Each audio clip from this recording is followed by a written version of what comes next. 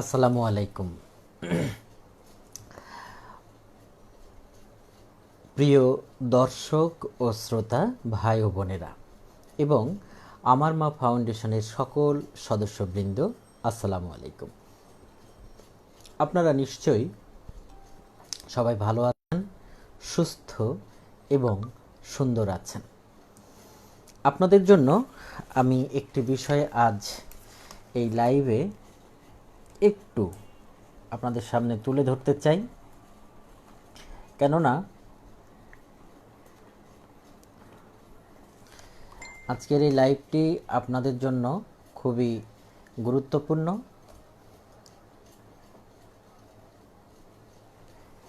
দেশে এখন বিশ্ব ও আন্তর্জাতিক সমস্যা সেটি হচ্ছে করোনা।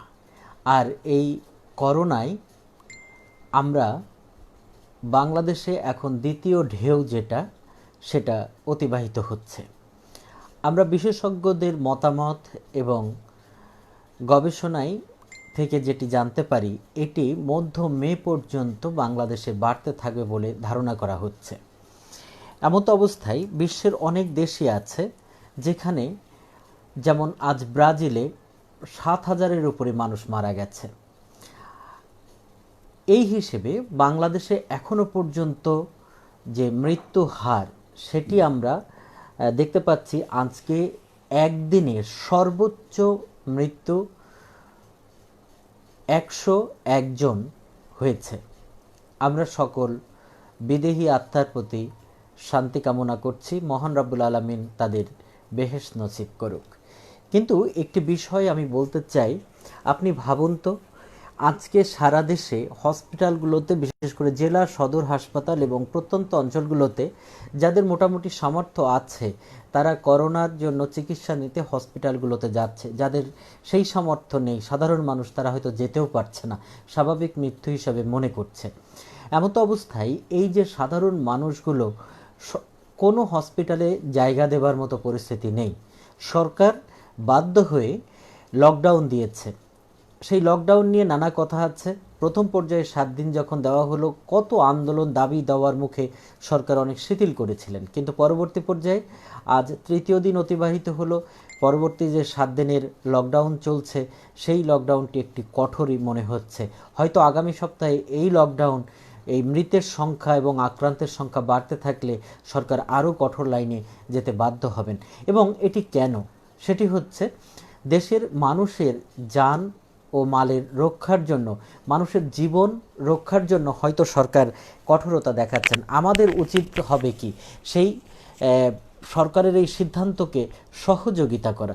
আমরা বড় দাগে সহযোগিতা না করতে পারি, মোটামুটি নিজ গৃহে অবস্থান করে আমরা কিছুটা হলো নিজের পরিবারের সদস্যদেরকে আমরা যদি সহযোগিতা করি, তাদেরকে যদি নিরাপত্তায় রাখতে পারি, তাহলে কিন্তু করোনা কমে আসবে এবং আমরা তখন ফ্রি মুভমেন্ট করবার সুযোগ পেয়ে যাব। আর যদি এমনটি হয় যে এই করোনা কমার পরিবর্তে আমরা যেভাবে এটাকে অবহেলা করেছি, তাহলে দেখা যাবে যে কমার পরিবর্তে যদি এটি বেড়ে যায় এবং লাশ, মানুষের পর মানুষ মরতে থাকে, ঘরে ঘরে মৃত্যু হতে থাকে, সেই দৃশ্যকল্পটি একবার চিন্তা করে দেখুন। হয়তো অনেকের রুটি রুজি এবং জীবন জীবিকার কথা বলে মানবিক বিষয়টা তুলে নিয়ে আসবেন, কিন্তু আমাদের দেশ, এই তো সেদিন 80-র দশকে মানুষ একবেলা রান্না হতো, তখনও মানুষ কিন্তু মরে যায়নি না খেয়ে, তখনও কিন্তু বেঁচে গেছে। এখন তো সেই রকম অবস্থা আমাদের নেই। আমরা যারা সমাজকর্মী, যারা সমাজ সেবা করি, যারা এই যে সদস্যরা আছেন, আপনারা সবাই ভিডিওটি শেয়ার করবেন এবং বন্ধুদেরকে আমন্ত্রণ জানান। এবং আপনাদের জন্য আমার কিছু দিক নির্দেশনা রয়েছে, আমি সেটা বলবো, আপনারা অন্তত সেটি করবেন। যেমন যারা আমার মা ফাউন্ডেশনের সদস্য এবং যারা সদস্য না কিন্তু সমাজ সেবায় এগিয়ে আছেন, করছেন, তাদের সবাইকে বলবো ভিডিওটি শেয়ার করুন এবং সবাই একটু বোঝার চেষ্টা করুন যে আমি কি বলছি। ধরুন আপনারা আপনাদের আত্মীয় স্বজন যারা আছে তাদেরকে ফোন করে বলুন যে 3 বেলা রান্নার দরকার নেই, 2 বেলা রান্না করুন। এখন রোজার সময়, রোজা হচ্ছে কৃচ্ছতা অবলম্বন এবং মানুষ ত্যাগের মহিমা শিক্ষা দেওয়ার জন্যই মহান রব্বুল আলামিন এই রোজা আমাদেরকে দিয়েছেন। সেই রোজার মাসে খাওয়ার খুব আধিক্য না ঘটিয়ে আমরা যদি সন্ধ্যা রাত এবং ভোর রাত সেহরির জন্য 2 বেলা রান্নাবান্না করি এবং সেটাও যদি পরিমাণ মতো করি তাহলে কিন্তু খাদ্য বেঁচে যাবে। এবং আমরা ঘরে এই যে খাদ্যের অভাবে খাদ্য নাই কি করব, একটু দেখুন আমাদের যাদের আর্থিক অবস্থা ভালো তারা পাশের বাড়ির একজন দরিদ্র মানুষ তাকে যদি একটু আর্থিক সহযোগিতা করি, খাদ্যদ্রব্য দেই, তাহলে সেও কিন্তু 7টা দিন ঘরে থাকতে পারে। এভাবে সরকার তো সহযোগিতা করছেই, সরকারের নানা ডিপার্টমেন্ট, সমাজসেবা বিভাগ এবং উপজেলা প্রশাসন, জেলা প্রশাসন তারা কিন্তু ঘরে ঘরে খাদ্যদ্রব্য পৌঁছে দেয় এবং সেই ক্ষেত্রে আমরা সমাজসেবী যারা আছি তারা সেখান থেকেও সহযোগিতা করতে পারি। আপনারা যেটা আত্মীয় স্বজন সচেতন সহ তাদেরকে বলুন যে এইভাবে খরচের হাতটি একটু কমান এবং খরচের হাতটি কমিয়ে খাবার দাবার বিলাসিতা না করে সংযম সাধন করি। রমজান মাস সংযমের মাস, তাই সবাই উচিত হবে খাদ্যের অপচয় কমানো। যদি লকডাউন আরও বেড়ে যায় সময় এবং করোনার প্রাদুর্ভাব আরও বেড়ে যায় তাহলে আমাদের কি করা উচিত হবে? আমরা ঘরে বসে না খেয়ে মরবো না, একদিনের খাবার 3 দিন ভাগ করে খাই না কেন, সমস্যাটা কোথায়?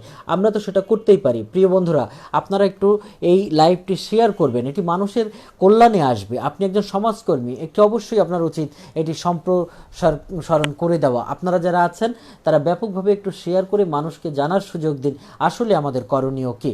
আপনারা কমেন্টস করবেন এবং এটি শেয়ার করবেন। বন্ধুরা, হ্যাঁ, আমরা এখানে এই যে সাইফুর রহমান বলছেন রিক্সা চালকদের রিক্সা উল্টিয়ে দেওয়া হয় না, তারা গলিপথের মধ্যে যেখানে মানুষ বাজার করতে চাচ্ছে, আমরা খুব কাঁচা বাজার তো খোলা রেখেছি, আমরা পুলিশ থেকে তো আমরা মুভমেন্ট পাস দিচ্ছি, তাহলে যাদেরকে দেওয়া হচ্ছে তারা কি পায়ে হেঁটে যাবে? তাদের যাওয়ার জন্য যদি গলিপথে সড়কে রিক্সাগুলোকে ছেড়ে দেওয়া হয় তাহলে তাদের কিন্তু এই ফাঁকা ফাঁকা রাস্তায় চালিয়ে যে করোনা অ্যাটাক হবে এমনটা না, স্বাস্থ্যবিধি মেনে তারা করতেই পারে। এক্ষেত্রে পুলিশ প্রশাসন এবং প্রশাসনের লোকজনকে একটু এগিয়ে আসতে হবে। তারপরে ভিক্ষুক যারা আছে তারা পেটের দায়ে রাস্তায় বের হয়, আপনারা যারা বাসার সামনে একজন ভিক্ষুককে দেখে তাকে একদিনের চলার মতো কিছু দিয়ে দেন, সে তাকে এবং বলেন আপনি বাসায় চলে যান, সারাদিন রোদে ঘুরবেন না, এভাবেও কিন্তু আমরা কাজ করতে পারি। আর আমরা যারা রোজার মাসে ত্যাগের মহিমা নিয়ে মাহে রমজান এসেছে, যারা মুসলমান আমরা রোজা আছি, তারা আমরা যদি মনে করি প্রতিদিন আপনার বাসায় যে কাজের লোকটি আছে তাকে যদি খাদ্যদ্রব্য দিয়ে দেন, তাকে যদি একটু সচ্ছলভাবে চলবার সহযোগিতা করেন তাহলে সেও কিন্তু নিরাপদ। এভাবেই আমরা বাংলাদেশের মানুষরা সবাই যদি একটু বড় বড় কথা না বলে সহযোগিতার হাত বাড়িয়ে দিই তাহলে কিন্তু করোনা দূর করা সম্ভব হবে। হয়তো আমার কথা শুনে মনে হচ্ছে এটা কিভাবে সম্ভব? করোনার প্রাদুর্ভাব, করোনা তো ধনী গরিব চিনে না। আপনার গৃহে আপনার পরিবারের একজন সদস্য যদি করোনায় কোনোভাবে মারা যায় তাহলে তখন আপনি হয়তো সেই গানের ভাষায় বলবেন, যার চলে যায় সেই বোঝে হায় বিচ্ছেদের কি যন্ত্রণা। বন্ধুরা, এভাবে আপনারা সবাই একটু সচেতনতা গড়ে তুলুন। আপনি, আমি, আমরা এভাবে প্রত্যেকটি মানুষ কিন্তু সচেতন হয়ে যাব। অবিবেচনাপ্রসূত আবেগের ভাষায় আমরা বলবো না রুটি রুজি না জীবন না জীবিকা, এইসব ফালতু কথা বলে আমরা করোনা মহামারীকে আরও দীর্ঘায়িত করতে চাই না। 15টা দিন আমরা যদি সবাই একটু খেয়ে না খেয়ে কষ্ট করে ঘরে থাকি এবং যারা সচ্ছল তারা একটু অসচ্ছলদের দিকে তাকায় তাহলেই কিন্তু সবাই মিলে করোনা থেকে মুক্ত হয়ে, যেমন চীনে করোনা হয়েছিল, উহানে করোনা হয়েছিল, সেখানে কিন্তু এখন করোনা নেই। তারা কিন্তু এই লকডাউন পুরোপুরি সফল করে এই সফলতা পেয়েছে এবং তারা এখন ফুললি ফ্রি মুভমেন্ট করতে পারছে। তো কাজেই আমরা বাংলাদেশের ঘনবসতিপূর্ণ দেশ, এখানে অনেক মানুষ, আমরা করোনা জিইয়ে রেখে আবার মাঠে নামবো, আবার করোনা হবে, আবার লকডাউন দিব, এভাবে না করে সরকার যে পথে হেঁটেছে সেই পথে আমরা একটু সহযোগিতা করি এবং প্রশাসনের পাশাপাশি আমরা সচেতনতা বৃদ্ধির জন্য কাজ করি। নিশ্চয়ই করোনা আমাদের দেশ থেকে চলে যাবে। এবারে আসুন পবিত্র মাস মাহে রমজান, সেই মাহে রমজানে আমরা তারাবি নামাজ, আমরা ওয়াক্তের নামাজ এবং নফল নামাজ পড়ে মহান রব্বুল আলামিনের কাছে সবাই 2 হাত তুলে আমরা প্রার্থনা করি, দোয়া করি আল্লাহ যেন আমাদেরকে এই করোনা থেকে মুক্ত করে দেন। আমরা ধর্মের প্রতি একটু অনুগত দেখাই, আমরা আল্লাহর কাছে আমাদেরকে সঁপে দিই। আমরা হয়তো অনেক অন্যায় করেছি, অবিচার করেছি, তাই আল্লাহ গজব আকারে আমার মানুষকে পরীক্ষা করার জন্য এই করোনা আমাদের মাঝে দিয়েছেন। আসুন আমরা সবাই মিলে ঘরে ঘরে প্রার্থনায় বসে যাই, সবাই ঘরে ঘরে জায়নামাজ নিয়ে আমরা বসে যাই। এখন আবার অনেকেই বলবেন যে সরকার মসজিদে গ্যাদারিং করে নামাজ পড়তে দিচ্ছে না, ধর্ম প্রতিষ্ঠানে হাত দিয়েছে না। এইসব বিতর্কে না গিয়ে নামাজ এখন প্রতিকূল পরিস্থিতিতে যদি ঘরে বসে পড়তে হয় তাই পড়ব। ইবাদত আপনার নিজের, সবাই একসঙ্গে জামায়াত হয়ে সবসময় পড়তে হবে। আমরা তো সারা জীবন পড়ি, সবসময় পড়েছি, পড়বও ভবিষ্যতে। কিন্তু এখন এই করোনার সময় গণজামায়াত না করে ধর্মীয় অনুষ্ঠান, সভা সমাবেশ সব কিছুকে আমরা প্রত্যাখ্যান করি। আমরা মসজিদে যতক্ষণ জায়গা থাকবে 3 মিটার দূরে দূরে বা 3 ফিট দূরে দূরে দাঁড়িয়ে নামাজ পড়া, আমরা সেটা পড়বো। যাদের জায়গা হবে না আমরা ঘরে যেয়ে নামাজ পড়বো। আমরা আল্লাহর কাছে কাঁদি রাত জেগে, তার কাছে আমরা তাহাজ্জুদের নামাজ পড়ি। আসুন সবাই আল্লাহর কাছে বলি, প্রার্থনা করি, আল্লাহ এই প্রাদুর্ভাবে তুমি আমাদেরকে অকালে মৃত্যু দিও না। আমরা ভুল করেছি, আমরা অন্যায় করেছি, তুমি আমাদেরকে ক্ষমা করো। তুমিই তো ক্ষমার মালিক, আল্লাহ আমাদের নিশ্চয়ই ক্ষমা করবেন। আসুন আমরা ভাইয়ে ভাইয়ে একে অন্যকে প্রতারণা না করে, একে অন্যকে না ঠকিয়ে, একে অন্যের সম্পদ আত্মসাৎ না করে সবাই সমানভাবে, সবাই ইসলামের নিয়ম অনুযায়ী আমরা সেটা পালন করি। এবং তাতে আমরা দেখব যে মানুষে মানুষে বিভেদ ভুলে আমরা নিশ্চয়ই আমরা রব্বুল আলামিনের কাছ থেকে শেফা লাভ করব, মুক্তি লাভ করব। আমরা মানুষরা জীবনের এই যে মনে করেন যার বয়স স্বাভাবিক মৃত্যু 60, 65, 70 বছরে মানুষের হয়ে যায়, 80 বছরে হয়, আবার এই অকাল মৃত্যু হচ্ছে মানুষের। একটা সময় গত বছরে যখন করোনা এসেছিল তখন বয়স্ক মানুষ মারা গিয়েছিল, এবারে তরুণ শিশুরা মারা যাচ্ছে। কাজেই মৃত্যু নানাভাবেই কিন্তু আমাদের ওত পেতে রয়েছে। এবং এখন আমাদের সময়, আসুন আমরা সবাই আল্লাহর কাছে হাত তুলি, তার কাছে পানাহ চাই, তার কাছে ক্ষমা চাই, যে আল্লাহ যেন আমাদেরকে ক্ষমা করে দেন। প্রিয় ভাই বোনেরা, যারা আমার মা ফাউন্ডেশনের সদস্য আছেন, জীবনের ঝুঁকি নিয়ে আপনাকে ঘরে ঘরে যেতে হবে না। আপনি শুধু অনলাইনে আসেন, আপনি টেলিফোন মোবাইলে বন্ধুদেরকে বলেন, আত্মীয় স্বজনদেরকে বলেন, বাড়ির যে মানুষটা অবাধ্য হয়ে বাইরে যাচ্ছে তাকে বলেন যে আসুন, এসো ভাই, বাবা, মা, তোমরা বুঝো যে করোনা একটি মহামারী। এই মহামারী ধনী দরিদ্র গরিব বোঝায় না, এটি কিন্তু যার হবে। এখন আগের করোনায় ছিল 14 দিন পর্যন্ত ওয়েট করতে হয়েছে, এখন 3-4 দিন না হতেই ফুসফুস নষ্ট হয়ে যাচ্ছে, মানুষ বুঝতে পারছে না। যখন জ্বর উঠছে তখন সিটি স্ক্যান কিংবা এক্সরে করে দেখা যাচ্ছে যে মানুষটি মারা যাচ্ছে, তার এইটা নষ্ট হয়ে গেছে, সে মারা যাবে। প্রিয় বন্ধুরা, এই যে আমাদের এই পরিস্থিতিকে আমরা সামাল দেওয়ার জন্য আমি, আপনি, আমরা সবাই মিলে একে অন্যের সহযোগিতা এগিয়ে আসুন। আপনারা ঘরে বসে আছেন, ঘরে বসে টেলিফোন করে আপনার ফুপুর বাসায় ফোন দেন, মামার বাসায় ফোন দেন, ভাই বন্ধুদেরকে ফোন দিয়ে বলুন যে না, অযথা বাইরে ঘোরাফেরা করবেন না, ঘরে বসে থাকুন, ঘরে বসে থাকুন। এই দেশে যে কয়টা মানুষ দুস্থ অসহায় আছে, তারা যদি রিক্সা নিয়ে মোটে মজুর রাস্তায় ঘাটে সবজির দোকানে ছোটোখাটো ব্যবসা করে থাকে, তারা কিন্তু তখন একটু সুবিধা পাবে। আমিও যদি রাস্তায় যাই, তারাও যদি রাস্তায় আসে, গ্যাদারিংটা বেড়ে যাবে। প্রশাসন তখন তাকে কিন্তু ছাড় দিচ্ছে না। কাজে আমি আরেকজন অসহায় মানুষের রুটি রুজির কথা বলছি, কিন্তু আমি তুমি সে, আমরা সবাই মিলে রাস্তায় যখন বের হয়ে আসছি, তখন কিন্তু সবাই কিন্তু আমরা তখন কিন্তু একে অন্যকে, বরং ওই অসহায় মানুষটাকে আমরা আরও বাধাগ্রস্ত করছি। কাজেই আসুন আমরা সবাই মিলে সবার সহযোগিতা করি। যার সামর্থ্য আছে সে ঘরের বাইরে না যায়, যার সামর্থ্য নেই সে কষ্ট করে চলছে, তাকে সহযোগিতা করি। আমরা যারা সচ্ছল আছি তাদের বাসায় একজন করে কাজের মানুষ আছে, ড্রাইভার আছে, দারোয়ান আছে, তাদেরকে যদি আমরা একটু সহযোগিতা করি তাহলেও কিন্তু তাদের ঘরে খাদ্য থাকবে, তারা কিন্তু মাঠে যাবে না। এভাবে আসুন। এবং যাদের খুবই বিপদ, 3999 নম্বরে ফোন করে আপনারা আপনার কথা জানাতে পারেন। স্থানীয় প্রশাসন বিভিন্ন টেলিফোন নম্বর দিয়েছে, তাদেরকে জানাতে পারেন, থানায় পুলিশকে জানাতে পারেন। নানাভাবে মানুষকে কিন্তু সহযোগিতা করা যায়। প্রিয় বন্ধুরা, আমার মা ফাউন্ডেশনের সদস্যবৃন্দদের জন্য বলবো যে অযথা বাইরে ঘোরাফেরা করবেন না, এবং ত্রাণ সামগ্রী বিতরণ করবার জন্য মানুষের কাছে যে নিজেও করোনায় আক্রান্ত হবেন এটির প্রয়োজন নেই। সরকার যে ব্যবস্থা নিয়েছে সেটিতে সহযোগিতা করুন, এবং আপনারা যেটা ডিজিটাল প্ল্যাটফর্মে মানুষকে সচেতন করুন, মানুষকে অবাধ্য করবেন না। ওই যে আজ একটি ভিডিও দেখছিলাম, সে ছেলেটি বলছে যে আমি মাস্ক পরবো না, কারণ আমার পরিবারের তো কেউ মারা যায়নি, আমার নানার কোলে দাদার কোলে কেউ মারা যায়নি, আমার বাড়ির পাশে আশেপাশে কেউ মারা যায়নি মাস্ক না পরার কারণে, আমি মাস্ক পরে মরতে চাই না। এই রকম পাগলের মতো প্রলাপ আমি আপনি তো বকতে পারি না। কাজেই মাস্ক অবশ্যই পরিধান করতে হবে। টেলিভিশন বেতার এবং মোবাইল অপারেটরগুলো তারা হাত ধোয়ার কথা বলছে, সচেতনতার কথা বলছে, আমরা সেইগুলো কিন্তু করব। এই যে মাস্ক পরছে, অনেকেই দাড়ির মধ্যে মাস্ক পরে রাখছে, পুলিশ দেখলে মুখের উপর তুলে দিচ্ছে, তাহলে মাস্ক পরার কি কোনো অর্থ হয়েছে? যে ব্যবসায়ীদেরকে বলবো, আপনার দোকানে মাস্ক ছাড়া কেউ যদি আসে, আপনি তো দোকানে একজনই বসেন কিন্তু হাজার লোক আপনার কাছে সদাই নিতে আসে, কাজেই তাদের কারো না কারো মাস্ক ছাড়া আসলে তার ভাইরাসটা আপনার গায়ে লাগতে পারে। তাই শুধু ব্যবসাই করবেন না, আপনার জন্য সচেতনতার মাত্রা হলো দূর থেকে দেখবেন মাস্ক নাই, আপনি আমার দোকানে আসেন না, যান, যার মাস্ক আছে সে আসুক। এভাবে যদি সবাই সচেতন হই তাহলে নিশ্চয়ই আমরা করোনা থেকে মুক্ত হতে পারবো। 15 দিন ফুললি একটা লকডাউনের ভিতরে থাকলে দেশে মোটামুটি কোয়ারেন্টাইন শেষ হয়ে যাবে এবং আইসোলেশন কমপ্লিট হবে, মানুষজনের করোনার প্রাদুর্ভাব কমে যাবে। আমার এই ভিডিওটা যারা দেখছেন, যারা দেখবেন, তারা সবাই শেয়ার করে দিন, কারণ এটা থেকে যদি একজন উপকৃত হয় তাহলে কিন্তু মানুষের উপকার হবে। এই দেশটি আমার, আপনার, আমাদের সবার। কাজেই আসুন আমরা সবাই হিংসা বিভেদ ভুলে গিয়ে দেশ, জাতি, আমাদের পরিবার পরিজন সবাই মিলে একসাথে কাজ করি। আপনাদের যে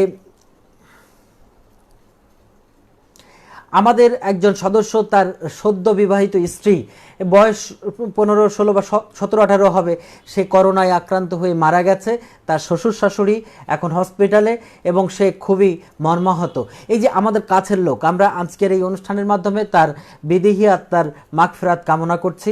আমাদের আরেকজন সদস্যর মা করোনায় আক্রান্ত হয়ে মারা গেছে, আমি তার জন্য দোয়া প্রার্থনা করছি, আপনারা দোয়া করবেন। আমাদের আরও 2 জন সদস্য করোনায় আক্রান্ত হয়ে হসপিটালে ভর্তি আছে, তাদের জন্য দোয়া করবেন। এবং আসুন আমরা সবাই সচেতন হই। করোনা চিনে না জাতি ধর্ম, করোনা চিনে না আত্মীয় স্বজন, করোনা চিনে না ধনী গরিব। এখন অনেকেই বলে থাকেন যে গরিবদেরকে তো করোনা হবে না, বস্তিতে করোনা হবে না। এখন হসপিটালগুলোতে আপনি খবর নেন, সেখানে ধনী দরিদ্র সব শ্রেণীর মানুষই আছে। কাজেই করোনা নিয়ে কোনো হেলাফেলা নয়, করোনা নিয়ে আমাদেরকে সতর্ক হতে হবে এবং করোনার জন্য আমাদের সবাই আসুন। আমার মা ফাউন্ডেশনের সদস্যবৃন্দ, মায়ের মমতায় আমরা, এই স্লোগানকে সামনে রেখে আপনারা নিজে সচেতন হবেন, অন্যকে সচেতন করবেন, বন্ধু বান্ধব আত্মীয় স্বজন সবাইকে সচেতন করবেন। আবেগ দিয়ে নয়, বাস্তবতাকে আমাদের অনুধাবন করতে হবে, অনুভূতিকে কাজে লাগাতে হবে। করোনা আমার কিছু হবে না, কিন্তু যখন হয়ে যাবে, আপনি দেখছেন না কেন প্রশাসন, সরকার, বিভিন্ন পর্যায়ের নামি দামি লোকজন থেকে শুরু করে সর্বস্তরের নানা বয়সী মানুষ, গত সপ্তাহে যার সাথে কথা হয়েছিল আজ তার কবর হয়ে গেছে। এই আমারই কলিগ, আমারই বয়সী, আগের সপ্তাহে তার সাথে দেখা হলো, পরের সপ্তাহে তিনি একটি ছোট্ট বাচ্চা রেখে মারা গেলেন। তার স্ত্রী এখনও করোনায় আক্রান্ত, তার মৃত্যু 2 দিন আগে তার শ্বশুরও মারা গেছেন। এই যে একটি সংসার, একটি পরিবার নষ্ট হয়ে গেল। এভাবে কিন্তু আমরা নিজেদেরকে সতর্ক করি, মানুষকে সচেতন রাখি।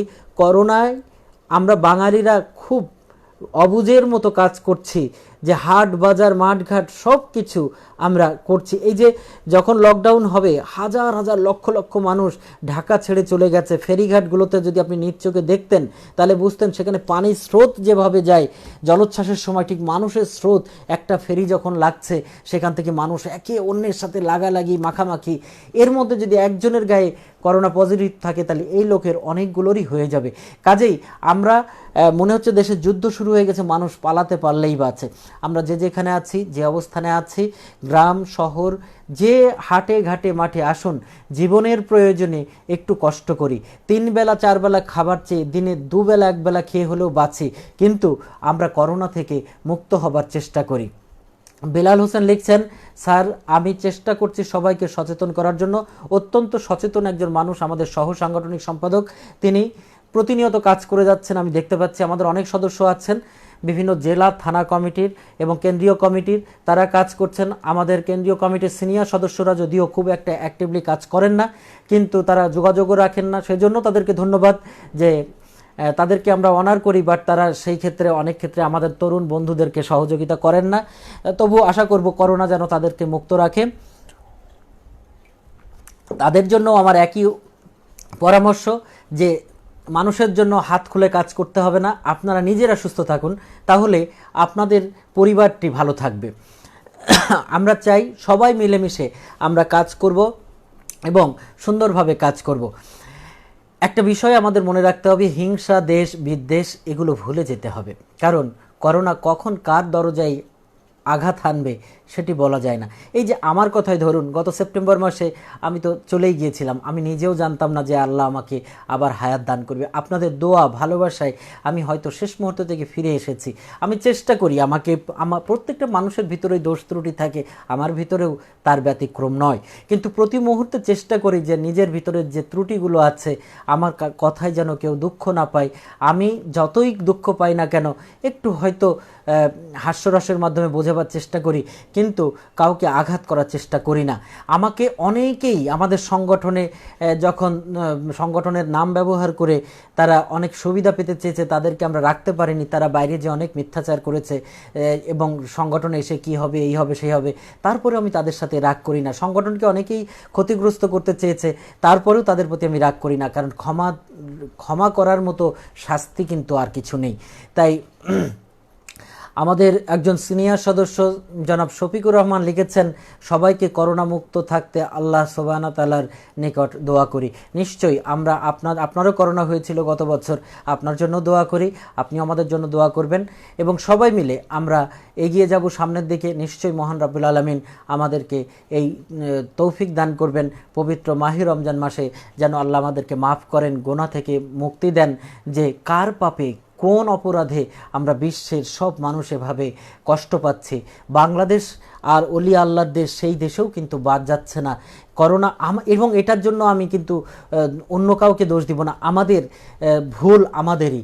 আমরা জনসমাবেশ করেছি, আমরা রাজনৈতিক সমাবেশে গেছি, আমরা বিয়ে শাদী বিভিন্ন উৎসবে ঢোক ঢাল পিটিয়ে আমরা সেখানে ঢোল ঢাক পিটিয়ে আমরা আয়োজন করেছি, আমরা মানি না মানব না মিছিল দিয়েছি, আমরা এই পক্ষে হোক ওই পক্ষে হোক বাইতুল মোকাররম জাতীয় মসজিদের মধ্যে জুতা পায়ে দিয়ে পুলিশ এবং সাধারণ মানুষের মধ্যে ইট ছোড়াছুড়ি, গুলি ছোড়াছুড়ি, মানুষ হত্যা, অনেক কিছুই দেখেছি। আমরা আমাদের ভুলেই শাস্তি পাচ্ছি। আসুন আমরা সবাই মিলে রব্বুল আলামিনের কাছে দুই হাত তুলে ক্ষমা চাই, আল্লাহ তুমি আমাদের মাফ করো, আমাদেরকে শেফা দাও, আমাদের এই গজব থেকে মুক্তি দাও, আমরা সবাই মিলে আবার ফেয়ারভাবে আমরা মুক্তভাবে আবার যেন চলাফেরা করতে পারি, সেই তৌফিক আমাদের দান করো আল্লাহ রাব্বুল আলামিন। পবিত্র রমজান মাসে আজকে যেমন 101 জনের মৃত্যু হয়েছে, 102 জন বলছেন একজন, যাই হোক 101 জন হোক 2 জন হোক, এটি একদিনে বাংলাদেশের সর্বোচ্চ মৃত্যু। আগামীকাল কত দেখব জানি না। আপনারা ভাবছেন এক সপ্তাহের লকডাউন 3 দিন হয়ে গেছে, 4 দিন পরে আবার নাচতে নাচতে বাইরে যাব, এই চিন্তা মাথার থেকে বাদ দেন। আরও 15 দিন 20 দিন ঘরে থাকার চিন্তা করুন, নিয়ত করুন, করোনা মুক্ত করেই তবে ফ্রি মুভমেন্টে আমরা বের হব। আশা করি আপনারা ঘরে পরে কেউ আবেগ দিয়ে কথা বলে মানুষকে বিভ্রান্ত করবেন না। জীবন না জীবিকা, আরে বেঁচে না থাকলে জীবিকা কোত্থেকে আসবে? কাজেই আসুন, আপনি যখন বলছেন যে জীবন না জীবিকা, আপনার ঘরে তো চাউল আছে, ব্যাংকে টাকা আছে, আপনি আপনার প্রতিবেশী 5 জন মানুষকে সেটা থেকে রিক্সা চালক, ভ্যান চালক, কাজের লোককে দিয়ে একটু বলেন না যে আমি এই 15 জন লোককে দিয়েছি, আপনিও 15 জনকে দেন, আপনার সামর্থ্য অনুযায়ী 300 জনকে দেন, 500 জনকে দেন, তাহলে তো জীবন না জীবিকা নিয়ে আপনাকে মিছিল দিয়ে কথা বলতে হবে না। এই যে আপনারা অবিবেচনা প্রসূত কথা বলে একেবারে একটা দেশটার মধ্যে একটা বিশৃঙ্খলা লাগিয়ে দিয়েছেন, এগুলো থেকে বন্ধ করতে হবে। কিসের আবেগ? জীবন না বাঁচলে কিসের রাজনীতি? জীবন না বাঁচলে কিসের কি? আপনারা এত মিছিল, মিটিং, ভাঙচুর, এত কিছু দরকার কোথায়? দেশটা বাঁচুক, মানুষের জীবন বাঁচুক, তারপরে আপনি রাজনীতি করবেন, তারপরে সব কিছু আপনি এই যে আমাদের একজন সদস্য লিখছেন চপল, যে আমার একমাত্র শালিকা নাদিরা রহমান তিথি, বয়স মাত্র 7 বছর, বর্তমানে সে করোনায় আক্রান্ত হয়ে কুর্মিটোলা মেডিকেল